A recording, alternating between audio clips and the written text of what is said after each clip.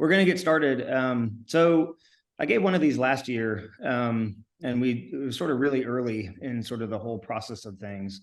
So I wanted to sort of retouch base on sort of where we've sort of gone, or where I've sort of gone with this, and some of the other ideas about where I now see this use, and where I kind of use it in practice. And so we talked about sort of augmenting surgical fixation when the patient really isn't a surgical candidate due to poor bone quality, and try to get some more follow-up here as well, now that we've been doing it a little bit longer. Please ask questions in the chat. And like Will said, I'm happy to stay on. And when I first kind of did IlluminOss, this is sort of within the dual implant construct idea, right? Plate nails for femurs and periprosthetics. And is this something that we can use to augment that fixation, and we can get people up and walking a little bit more like a plate nail construct? The more I started using it, actually it was a pretty good augment to bone too. So for those patients with osteoporosis, or those patients that had bony defects secondary to comminution in the elderly, or just really bad fractures, where I could sort of support that bone and almost use the IlluminOss like a scaffold, almost use that IlluminOss to sort of create bone, or create bone that I could actually use the IlluminOss for, as opposed to the actual native bone, and sort of augment things. And so those are kind of the two bigger reasons right now that are cases that I would think about doing IlluminOss: either increase my fixation on my construct, or sort of augment that bone somehow. And so we'll try to highlight some examples as we go through here. So cases that I've sort of picked here are just going to be a random hodgepodge. All right. They are sort of all over the body, all sorts of different use. Again, hopefully kind of generates discussion, but if you can get inside my head, which I think Dr. Babcock is on the call, I see, she knows it's a fairly scary place to be there. But again, just different ways that I have sort of thought about using this, or sort of expanded the use sort of within my practice. So I will go fast on these. Like I said, there's a lot of them, just to kind of generate discussion, and hopefully that's sort of the key of why we're here. So everybody can kind of get their questions answered, and we can sort of move forward on indications and sort of how this can be used in your practice as well. So this is a 75-year-old who is not really running marathons, but she's able to get around sort of in her trailer park here in North Carolina. She's independent. She is obese. She does have diabetes. She does smoke.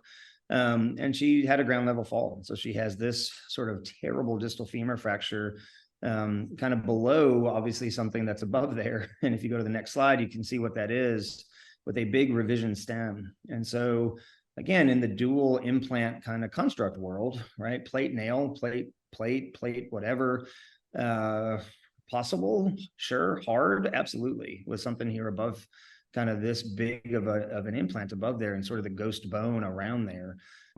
You know, again, what are sort of options with this? You see this, and you can almost see kind of in that 3D recon sort of how far down that stem goes. And so you just don't have a lot of bone in that distal segment there. And certainly don't have a lot of bone above either, with that big sort of stem. So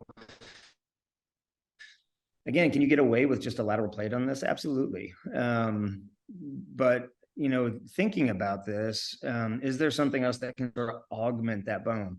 Is there something else that can sort of make that bone certainly stronger and my construct stronger, but something that I can use in order to increase sort of that strength of the plate, augment that bone, use something like the IlluminOss in order to gain purchase with my screws, and make things stiffer, make things stronger.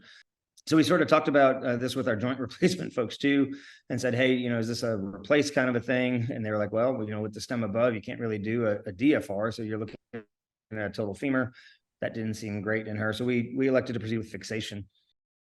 So just my thinking on these, I do a lot of femurs with the IlluminOss, and a lot of peri-implant, a lot of periprosthetic femurs.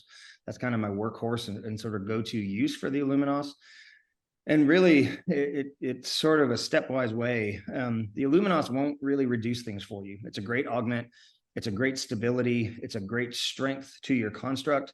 It doesn't really reduce things. And so I've gone to this kind of sequence of placing a laterally based implant, placing your plate, and making sort of a sawbone, right? So here's that plate being applied. You can see that length, rotation, and alignment are being restored. The articular block has been reduced, and a screw across there.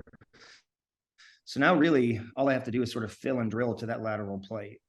But before I do that, you can sort of augment with the IlluminOss. And so, you can see that comminution along that medial side. We know these go into varus. We know that they want to fail with that medial comminution, right, and tip. And so inserting the IlluminOss kind of percutaneously through that medial side, you can see the alt sort of going in there. And then you can see this kind of beautiful little guide pin that goes up, ball tip guide rod that goes up. That's the path where that IlluminOss will sort of go. It's nice in paraprosthetics if you can sometimes sneak that ball tip around the tip of the stem. It sort of bites into the stem. The balloon will sort of just cup that stem and sort of almost contact that stem and almost create a complete sort of intramedullary implant sort of throughout the bone, which is nice as well. Just from a technique standpoint, this will be kind of the only case that we go over this technique for anybody on the call who hasn't seen this before or doesn't know, but you insert that ball tip, you ream, you pass a plastic catheter, and it's really just like placing a central line. You then insert the balloon through that. And then at this point, you can see a couple little lines that are there where that implant starts and where it stops, right? So to gauge that length, to see where that is actually sitting within the bone. And then you fill it with monomer. And you can see in this case, we had a great fill and a great sort of almost bone substitution, right? Filling that entire sort of metaphyseal region there up into that stem and sort of around that stem. You cure the balloon at this point, you get it hard, and then it's truly just fill and drill. And you can stick all sorts of fixation then through the plate, through the IlluminOss. And for anybody who has used this before, or anybody that sort of drilled it, it's like drilling into cortical bone, and the resonance actually will go and plunge because they don't feel any cortex anymore.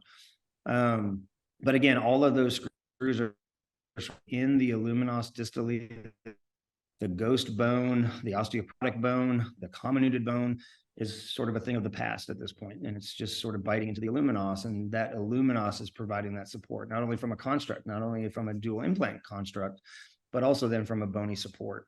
All right. And so you can see that we have sort of finished off. This is her post-op, immediately post-op, decent alignment, restoration, length, rotation, and alignment.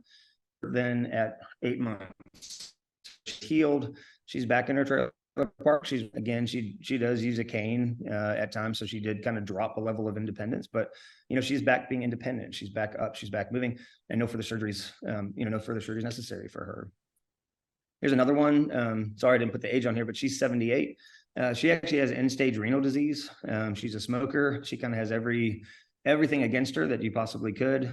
She had a ground level fall. You can see she's had an extensive history on that right femur before, sort of indication that she may not be the best host, and sort of looks like non-union and malunion surgeries, but has that left femur fracture and then that right tibial plateau sort of below the knee.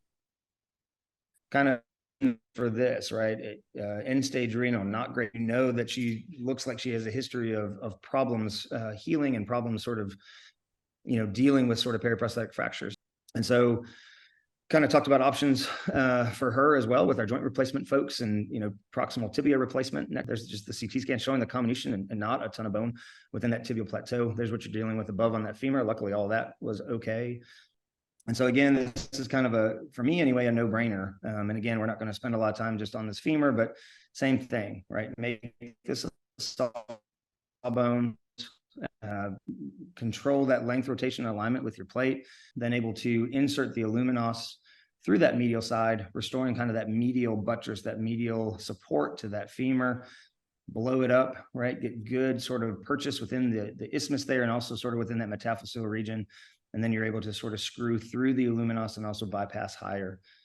And so she comes back at 4 months, and then obviously the tibia, right? So this was the harder of the two, and certainly lack of bones, where you capture that proximal segment. And again, between the cement, between the prosthesis, and between the comminution, that gets challenging.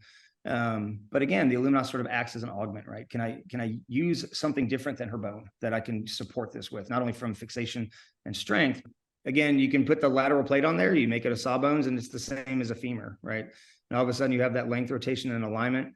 Throw the IlluminOss down on the medial side through an open approach. You put the ball tip guide rod there. And then again, you can sort of blow up that tibia balloon.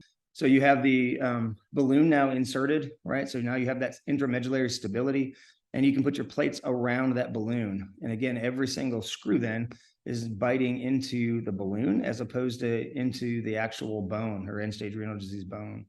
And I thought this was sort of cool. I like to abuse plates. I like to use plates and sort of pull plates in sort of buttress mode. So if you see this, again, you got the plates off the bone here with drill bits just by a percutaneous technique. And with the IlluminOss there, was able to even pull that plate over in stage renal disease bone. And I thought that was a pretty cool indication or a pretty cool thing just to show how strong the IlluminOss actually is despite bone quality. And she actually just came back to see me today. And she is now 4 months out. She is struggling to get up, but she is walking with a walker, working with therapy. And interestingly enough, you can see that all the screws in the tibia that are in the IlluminOss are staying put, and the 2 screws that I missed the IlluminOss up top there are starting to sort of back out a little bit and toggle. But again, she is ambulatory on both of her legs. She's getting up, she's walking, she's moving, she's 4 months out. So this was, again, an 82-year-old replacement. Within a couple of months, suffered a periprosthetic fracture that was treated at hospital. I don't have those initials. I can't show you what exactly the initial fracture was, but this is how it was fixed. So probably some kind of a fracture around the stem, obviously, or just distal to that stem. But unfortunately, then had another sort of fall about 6 weeks after being fixed for her periprosthetic fracture, and fractured again below the plate. And so clearly not a great host, doesn't have great bone. So again, bone augment. How can I bypass sort of that bony osteoporosis, that bony difficulty with screw purchase? And again, another great indication for me anyway for using the IlluminOss. So open reduction, getting this reduced, make it a sawbone, insert the IlluminOss device through the distal femur there on the lateral side. And again, you can see, again, trying to get that balloon to bite the stem, right? To try to get pure all the way up down medullary canal purchase sort of thing. So there is no stress riser. There is no sort of toggle there whatsoever. And then at that point, once this balloon is inserted, once this balloon is sort of blown up, you really can just put a plate on as a neutralization plate. And again, this one was nice enough that you could actually get leg screw fixation through the IlluminOss that kind of augment things even further. But there you go with the final sort of construct of length, rotation, alignment, primary healing. Hopefully, you can see in the follow-ups on things with the sort of 8-week post-op, I didn't quite get that primary healing. She's sort of forming with callus there, which in this one I'll totally take. But she is up walking, she's moving, she's working with therapy, and lo and behold, she comes back at 4 months, still on a cane, but back being ambulatory, working with therapy and improving and totally healed the fracture. So this was kind of a fun one too. 71-year-old had a non-operatively treated stress fracture, started completely non-displaced, and then sort of the outside surgeon, continued to follow. And unfortunately, at sort of 6 months, 7 months out, noted displacement, healed, but a foot that she really couldn't walk on. So talked about options on this, talked about opening wedge osteotomy, closing wedge osteotomy, sort of what the best treatments were. She already had a shoe lift. She already was a little bit short on this side from her knee replacements, and she really didn't want to go any shorter. Worried about doing an opening wedge osteotomy on her, given her age. She did not smoke. She did not have diabetes, which was in her favor, but we talked about that. So again, how do you augment bone? How do you increase that bony construct stiffness and support if you're going to do an opening wedge osteotomy in a 71-year-old man? And so again, thought this would be a decent indication for an IlluminOss. And so that here we are sort of doing that osteotomy in the operating room. Obviously can't go top down. It would be wonderful to just do a tibial nail on this. But obviously with that big revision stem, can't do that. So you're forced to plate. Also want her to mobilize relatively quickly. And so able to get an IlluminOss sort of through that medial mal after we do that nice correction with her osteotomy. And here you can see the same thing with that inserting the balloon and then sort of blowing it up, getting good sort of fit throughout there. And then the application of a plate just to sort of neutralize things and hold things in position.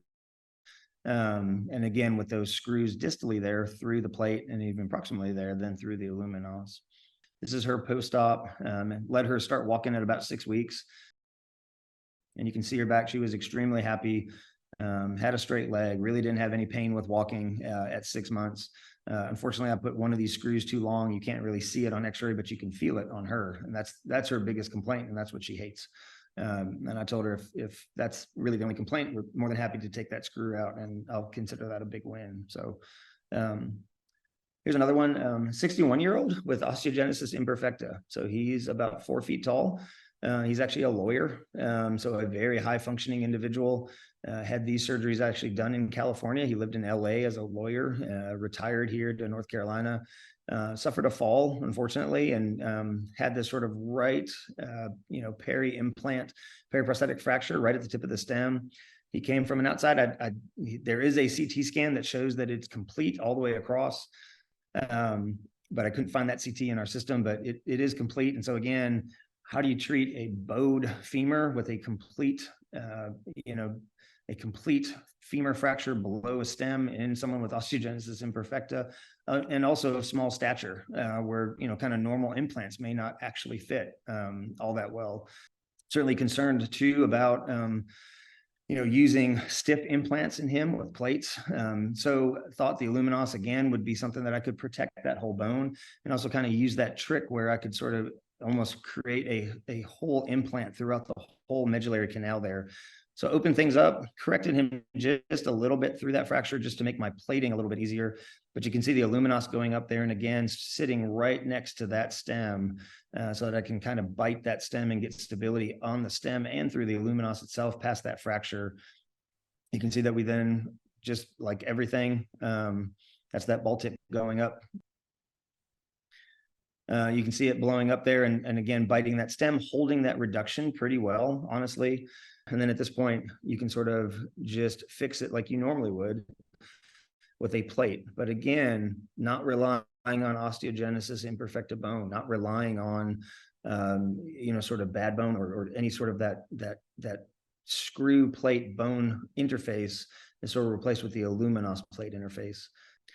I put on a femoral strut because the total joint surgeons told me to. I'm not sure why they wanted me to, but they swore I had to do that. So I did it just to appease them. And lo and behold, at 9 months, he walks into clinic with a cane and is back sort of living his good retirement life here in North Carolina. This is another sort of fun one. 81-year-old guy fell off a ladder. He was actually cleaning his roof, cleaning his gutters. Very active, really very minimal medical problems, just fell about 10 feet off a ladder and had this both column acetabulum and femoral neck. And so, again, obviously not the typical sort of pattern that you would see with, elderly folks and kind of acetabulum fractures or femoral neck fractures. Talked to our arthroplasty folks. They're talking big cup cage constructs and, big, sort of revision stuff, or just treat it non-operatively and then come back sort of a thing. And I said, well, if I can get you, what's your concern? And they said, certainly bone quality. And I said, well, if I can get you something that you can bite your screws into, would that make you feel better? And they said, yes. And so we made a plan to, fix his acetabulum as we would sort of a normal sort of both column acetabulum, and then get, sort of normal, possibly cage kind of, had just the revision cup there as well. And so again, able to do this sort of through supine first, just through kind of a lateral window, reduce that iliac wing, reduce that anterior column. But then in preparation for sort of the joint surgeon, able to use kind of a double IlluminOss and do one from AIIS down to PSIS, and then another one sort of in the anterior ramus there. Thought about doing one also in the posterior column, but because it wasn't really reduced and I wasn't really seeing that very well, didn't feel comfortable to sort of stick one down there blindly just through that lateral window, but probably could have done that as well. So again, just sort of putting these guide pins where we need to be, making sure that both of those sort of go in position where I want them to be, and blowing them up simultaneously, so that they kind of interdigitate with themselves and even make that a little bit stiffer construct or a point of fixation. And excuse me, then you can see sort of those balloons going in, and you can see that interdigitation there right at AIIS, PSIS, and sort of going front back. And there they are sort of blown up on that AP with a decent reduction sort of just the columns there, right? And if you go to the next slide, I think there's sort of the Judet views that you can kind of see where those actually go. It's just that superior dome acetabulum. If you can get some, revision sort of screws in there, locking screws through the cup, or anteriorly, kind of gives you a backstop of bone, but also gives you something that you can put screws into for support. So then flipped him prone, went from the back, flipped him lateral, excuse me, went from the back with my joint surgeon, able to plate the posterior column just to kind of give a backstop to things, and then able to put a cup there. And this is him immediately post-op. As we all know, typically, this is the CT scan too, and you can actually see that those screws in the cup are actually going into the IlluminOss there. And this is him at 8 weeks. And we actually did protect his weight bearing officially. But as we all know, 81-year-olds, they're going to do what they want to do. And someone who's cleaning his own roof at 81, he came back at 8 weeks and told me he was walking 3 miles a day with his walker. And was that okay? So, again, he and I told him I'd like to see him back in about 3 months and had any problems. So, realizing that just as sort of an augment, right? Something that I can provide a backstop for my joint surgeon, and also something more to give them purchase and to give them something to sort of bite into and maybe prevent a bigger surgery as far as cup cage or less screws, less fixation, less sort of worry about what you're going to do with that cup.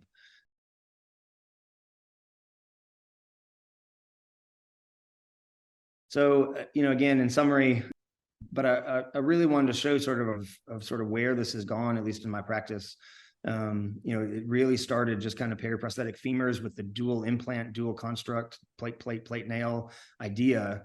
And it sort of morphed into, yes, I like it for stability. I like it for stiffness. I like it to get them up walking.